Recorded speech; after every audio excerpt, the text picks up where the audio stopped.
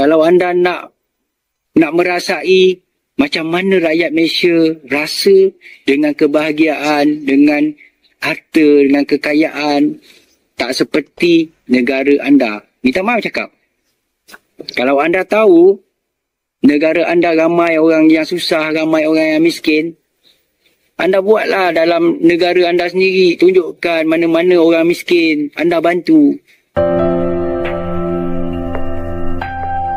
Sejak semalam kecoh di media sosial mengenai sebuah keluarga yang bertindak mengamuk dengan merosakkan cermin kereta dan merosakkan kenderaan tersebut. Ia susulan rasa tidak puas hati mereka kerana ada pihak yang mahu menarik kereta berkenaan. Angsuran kereta itu sudah tertunggak selama 8 bulan. 8 bulan ya, Cik? Tak boleh. Tak boleh tak. Tak apa bang. Panjang cerita bang. Tak apa. Dia nak panjang cerita. Tak apa.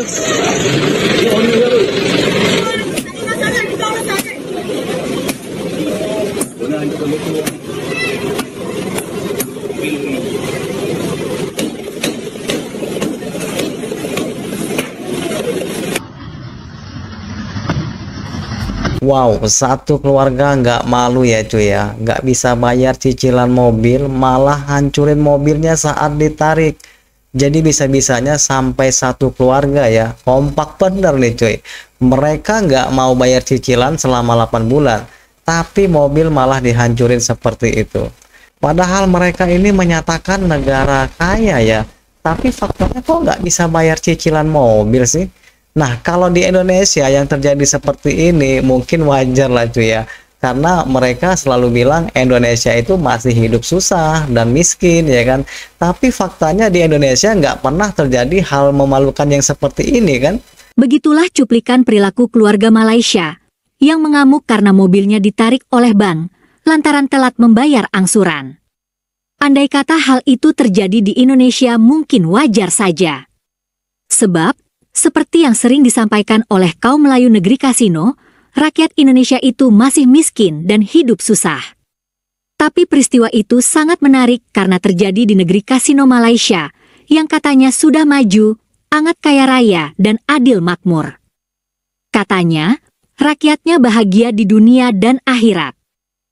Peristiwa itu sangat menarik karena terjadi di Malaysia, yang diklaim oleh kaum Melayu negeri kasino, sebagai negara yang sangat islami dan makmur sekali.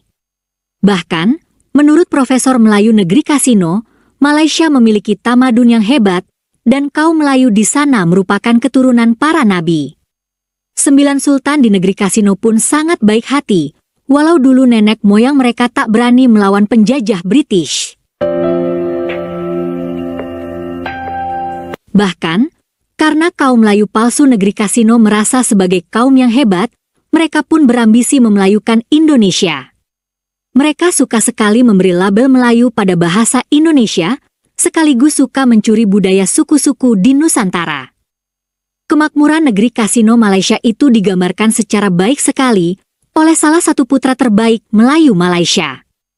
Saat itu ia sedang menanggapi YouTuber Indonesia, Bang Win Wan Nur. Beginilah ucapan putra Melayu Malaysia yang hebat itu.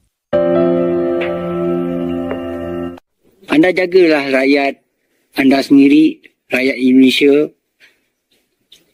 Jagalah seelok-eloknya. Kalau anda nak merasai macam mana rakyat Malaysia rasa dengan kebahagiaan, dengan harta, dengan kekayaan, tak seperti negara anda. Minta maaf cakap. Kalau anda tahu negara anda ramai orang yang susah, ramai orang yang miskin, anda tak payah sibuk-sibuk dengan rakyat negeri Johor ataupun rakyat Malaysia ataupun sultan kami. Anda bantulah negara anda sendiri. Anda meningkatkanlah rakyat anda sendiri dengan kekayaan ataupun dengan harta. Anda tak payah sibuk-sibuk dengan rakyat negeri Johor. Kalau anda nak duit buat konten pun, buatlah cara lain. Anda buatlah dalam negara anda sendiri. Tunjukkan mana-mana orang miskin. Anda bantu. Sudah pasti konten anda lebih meningkat naik. Bukannya warga negara sebelah dulu yang mengatakan bahwa Indonesia itu adalah negara yang miskin. Nah, perlu ente tahu nih cuy ya, Indonesia itu adalah negara yang besar. apabila Indonesia itu sama kecilnya dengan Malaysia, mungkin Indonesia lebih kaya lagi dari Malaysia, ya kan cuy? Sudah pasti konten anda akan mendapat duit lagi banyak daripada ini. Faham? Wan Winur. Jangan tunjuk bodoh kat dalam konten anda. Pengikut-pengikut Wan Winur jangan bodoh. Okey. Sebenarnya pengikut Wan Winur ini nggak bodoh, yang bodoh ini yang mengkritik ini cuy ya. Dia yang nggak tahu sejarahnya. Pengikut Wan Winur jangan jadi manusia yang bodoh. Begitulah ucapan putra terbaik Melayu Negeri Kasino yang mungkin terlalu banyak mengkonsumsi dongeng kehebatan Mahawangsa Melayu. Nah, selanjutnya marilah kita lihat realitas atau kembali ke dunia nyata. Seperti halnya Indonesia, ekonomi Malaysia pun sebetulnya tidak dalam keadaan baik-baik saja. Rasio hutang Malaysia terhadap produk domestik bruto atau PDB bahkan di atas 60%. Adapun rasio hutang Indonesia hanyalah 39% terhadap PDB. Itu semua adalah hutang yang harus ditanggung pemerintah atau negara. Nah, indikator yang lain adalah hutang rumah tangga. Kalau di Malaysia, disebut hutang isi rumah.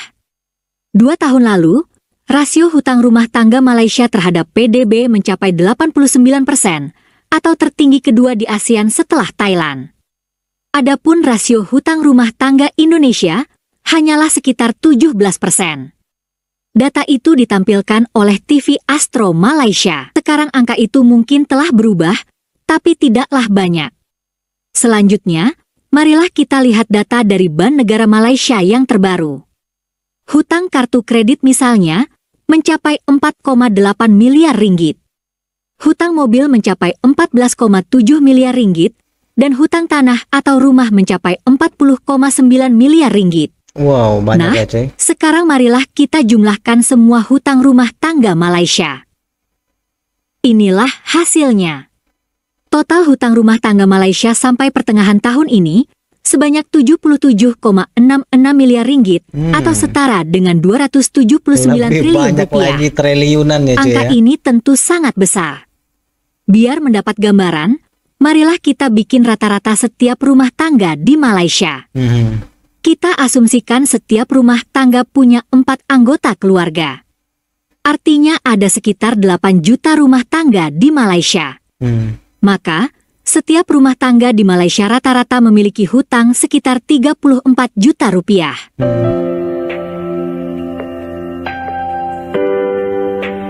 Itulah perkiraan kasar atau rata-rata jumlah hutang yang ditanggup setiap keluarga di Malaysia saat ini.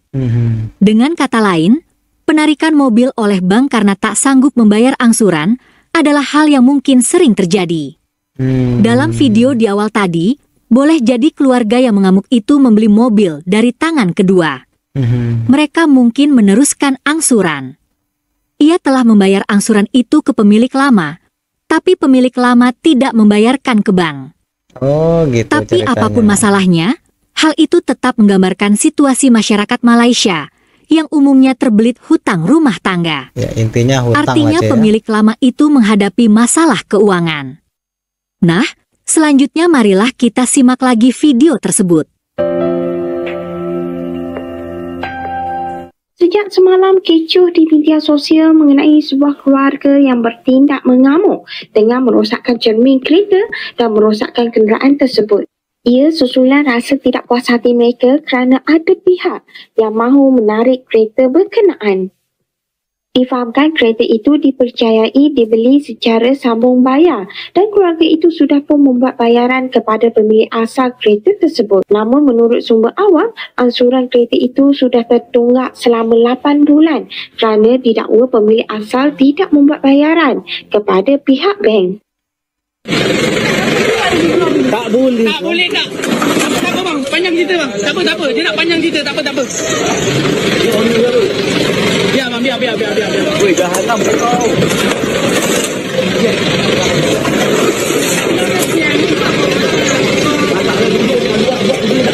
Bang, tepi bang. Kita masuk belakang sikit ya. Tak apa.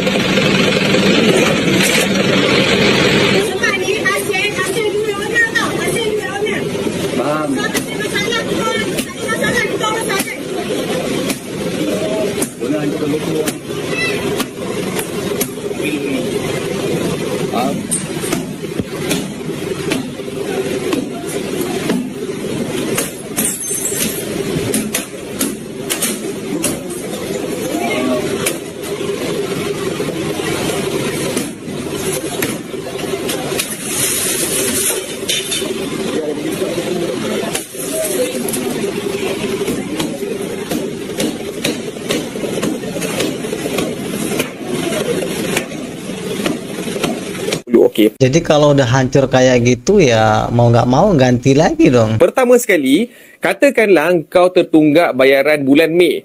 Okey, kau patutnya kena bayar pada 2 hari bulan 5 tahun 2024. Okey, tetapi kau biar je tak bayar. Sampailah masuk bulan Jun, pada 2 hari bulan Jun tu, pihak bank mengeluarkan satu notis bahawa mereka mempunyai niat untuk repossess kereta kau kerana kau ada jumlah tertunggak kepada bank untuk bayaran bulanan terhadap kereta tersebut. So, bila dapat notis tersebut, okey, bank dah memaklumkan bahawa dia ada niat untuk menarik kereta kau sekiranya kau tak settlekan jumlah tertunggak ni.